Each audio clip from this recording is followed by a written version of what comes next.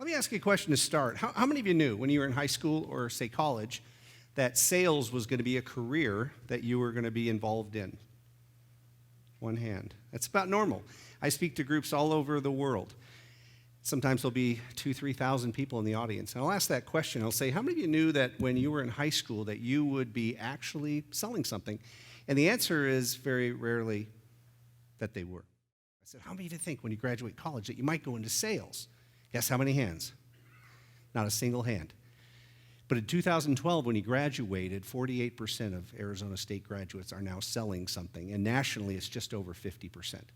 And what we find is selling is a career that it's the highest paid hard work, it's the lowest paid easy work, it's also the oldest profession in the world.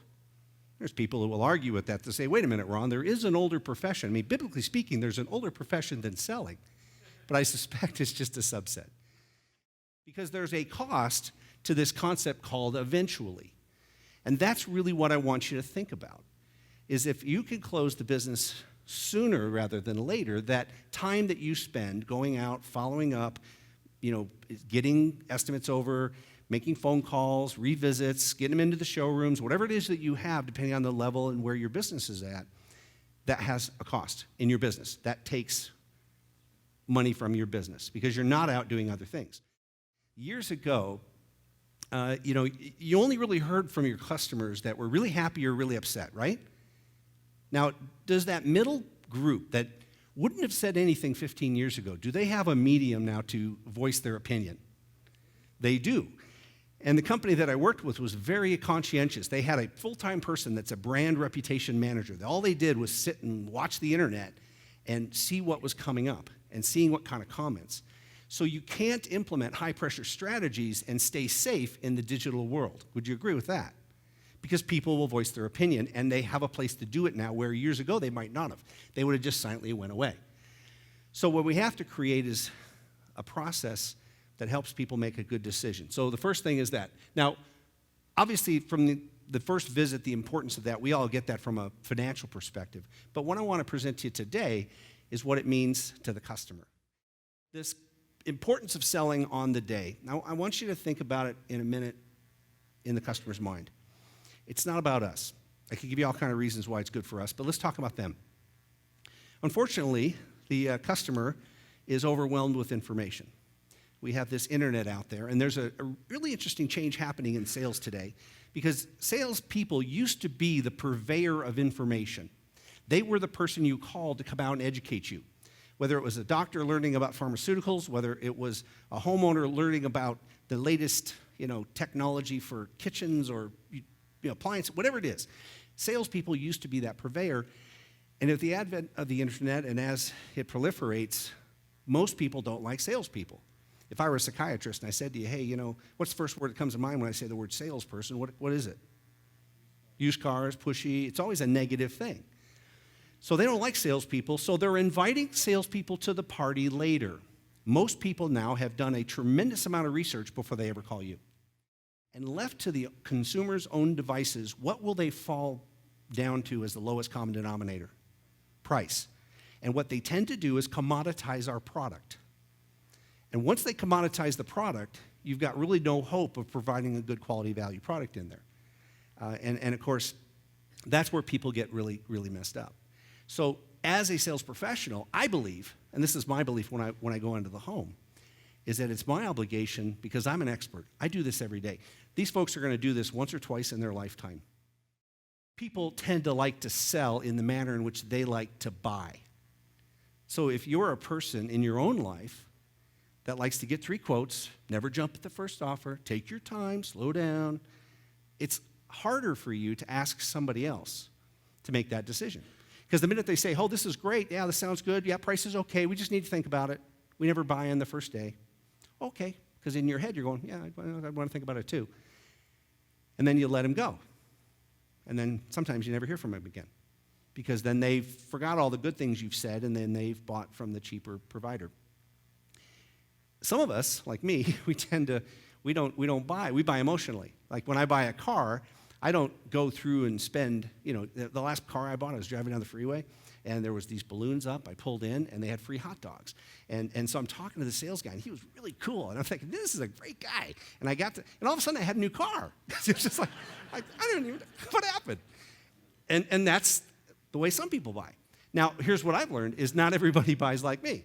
And if I try to sell to someone the way I buy, I'm going to be not very successful. So if I find someone who's more analytical and needs more time, I've got to change the way I present. But my obligation is still the same if I want to truly help them. One of the things that we want to do is get some fundamentals on creating urgency in the sale. And really what we want to do is create that as a sales consultant.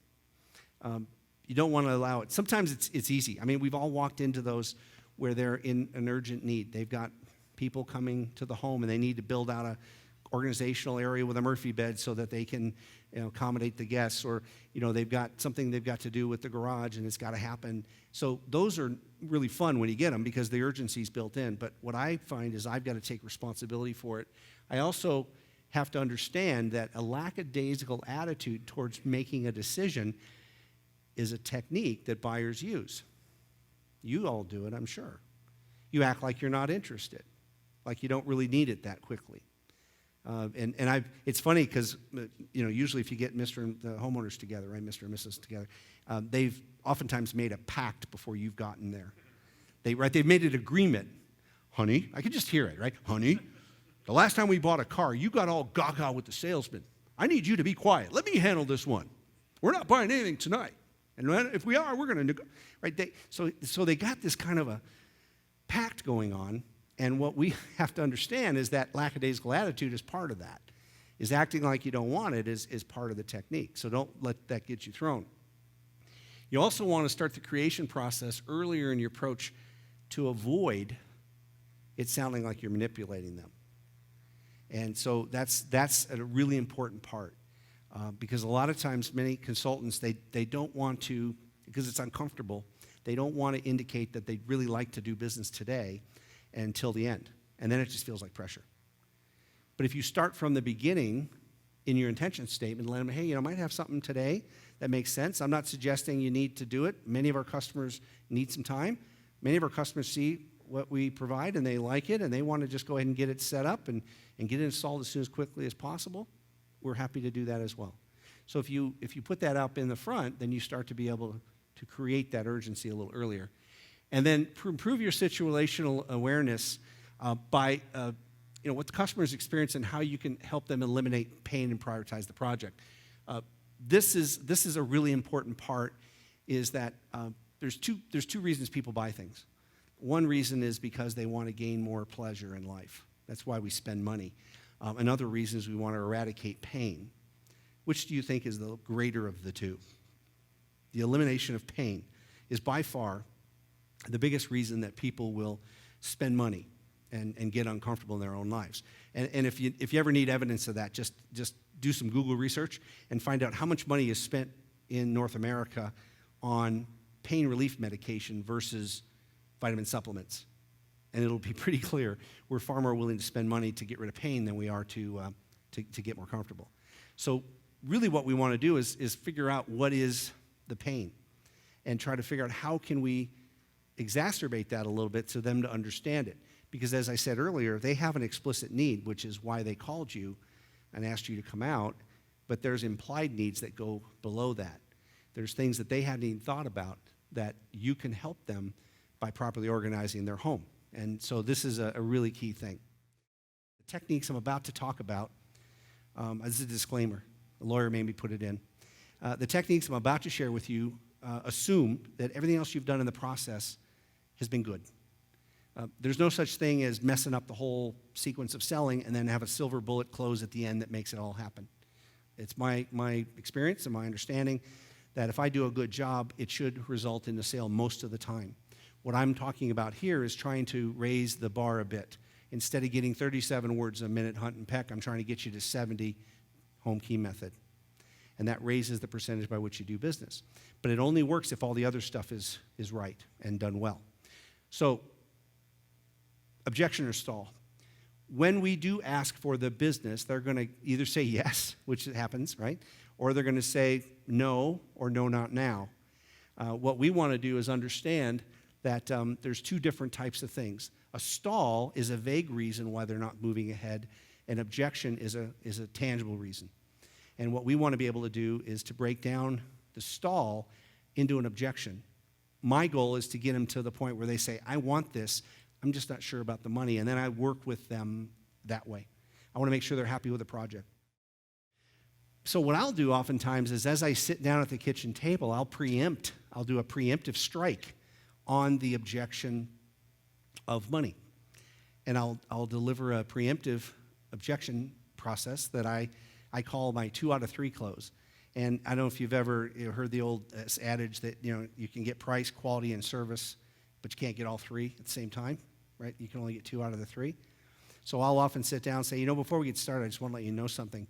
I've learned over the years, when people look to invest in improving their home, there's really 3 things they're after. They want the very best quality components and product. They want the best service and warranty and installation technique. Of course, they all want that for the lowest possible price. And I've yet to find a company yet that can do all 3 of those at the same time. They can't possibly give you the very best quality product, the very best warranty and service, and do it for the lowest price. So I'm curious, as we get started, which of these are you willing to give up? Now, most times, 9 out of 10 times, here's what they say. I understand you get what you pay for. And once I have that, I can now present. Because my guess is you go in to solve the solution and you have the price lining, so you can, if somebody's budget is, you've exceeded it in your first, offer, you can change the components, you can adjust things. But I want to know where they're at. And if they tell me right up front, well, listen, Ron, I don't really care, we just need to organize it, and we don't care, we just want the best, lowest possible price. That tells me a lot too, as I build my presentation. So that's my preemptive strike that moves me into the process. Then I call it the 2 out of 3 close.